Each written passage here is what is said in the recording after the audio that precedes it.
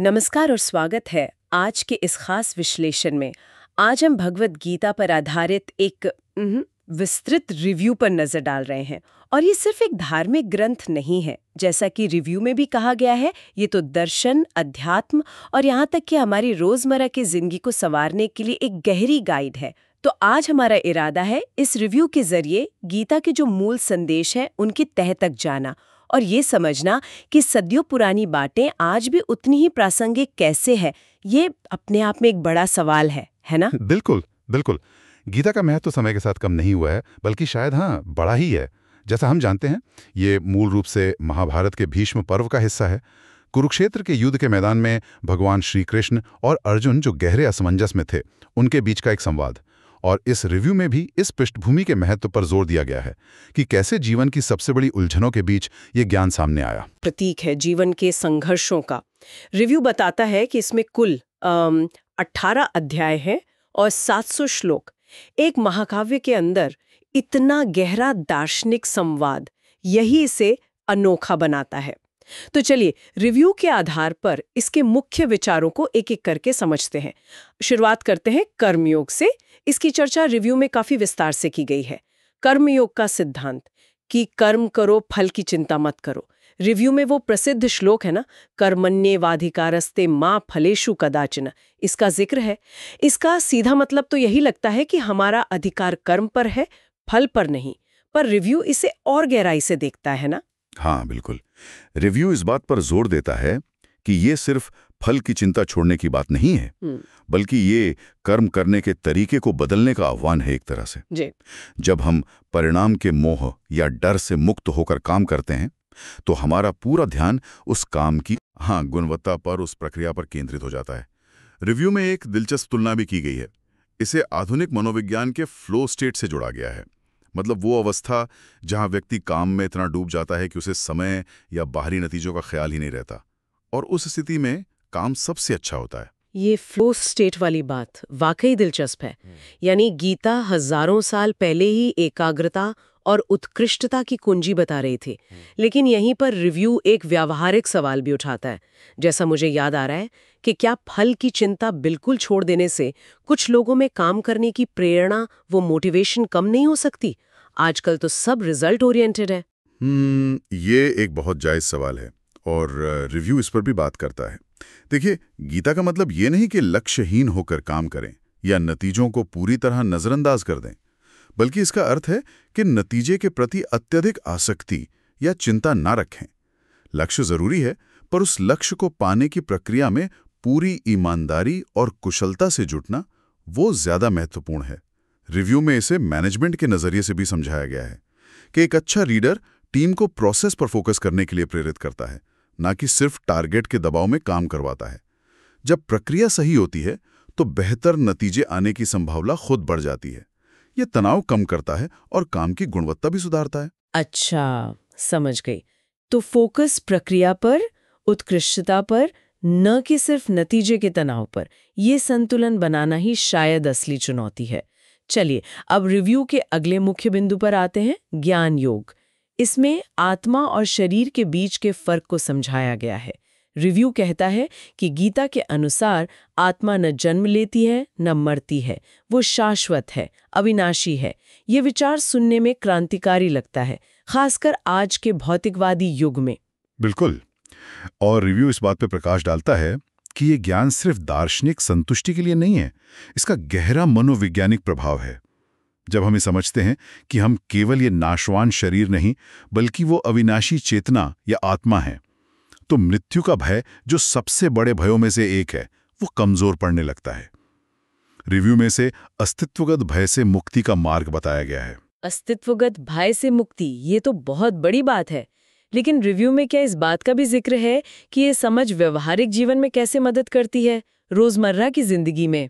हाँ, रिव्यू इसे स्पष्ट करता है।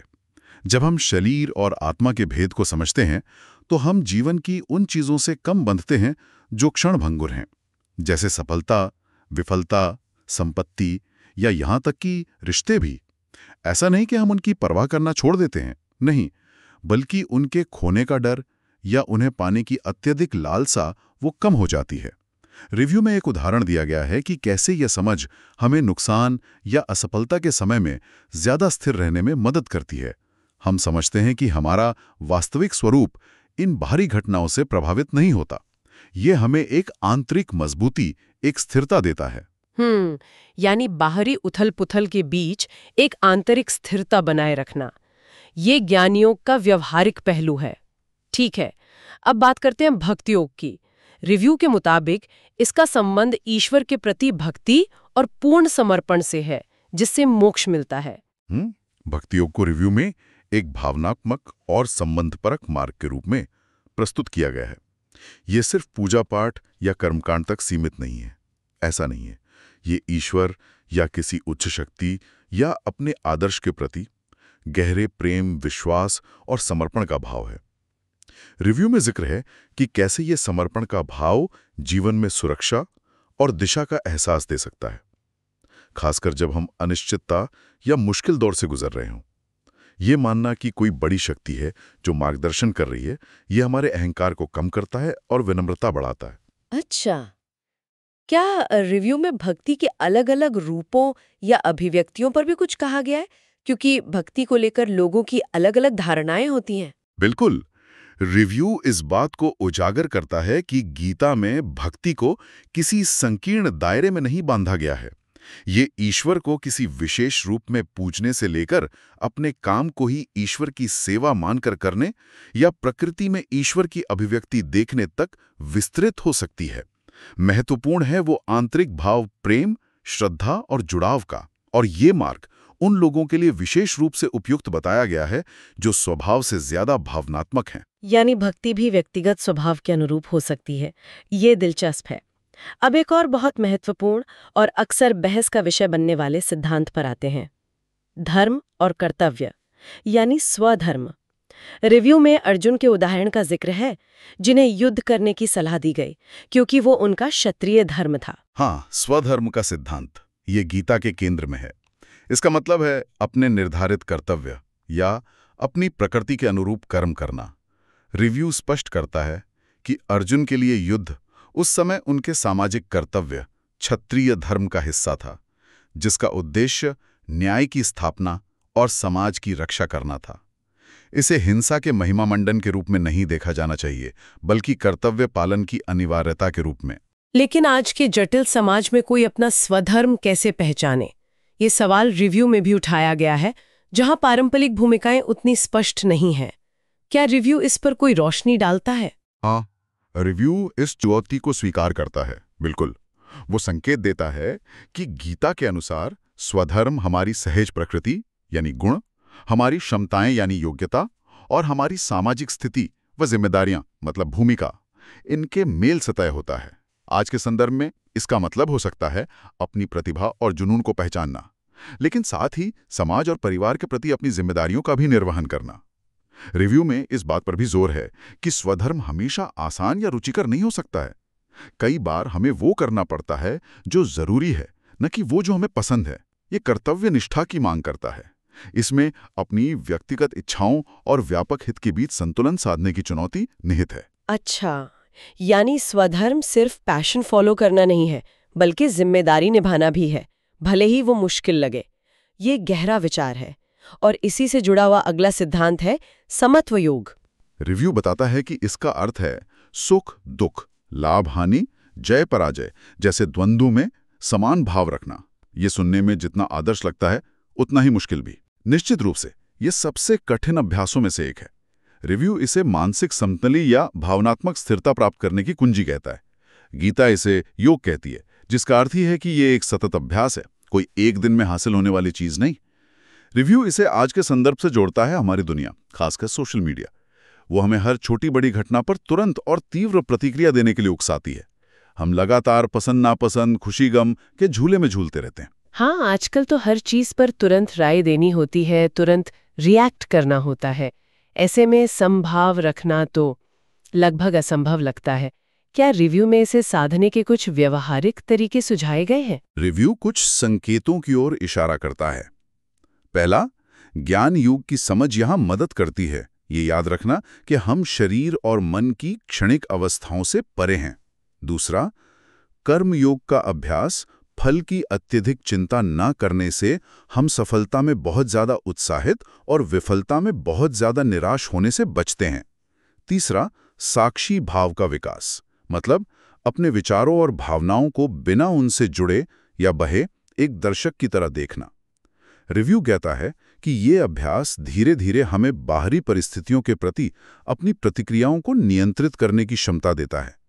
ये हमें जीवन के अनिवार्य उतार चढ़ावों को ज्यादा शांति और धैर्य से झेलने में सक्षम बनाता है। साक्षी भाव यानी अपने इमोशंस का ऑब्जर्वर बनना, ये तो माइंडफुलनेस जैसा लगता है।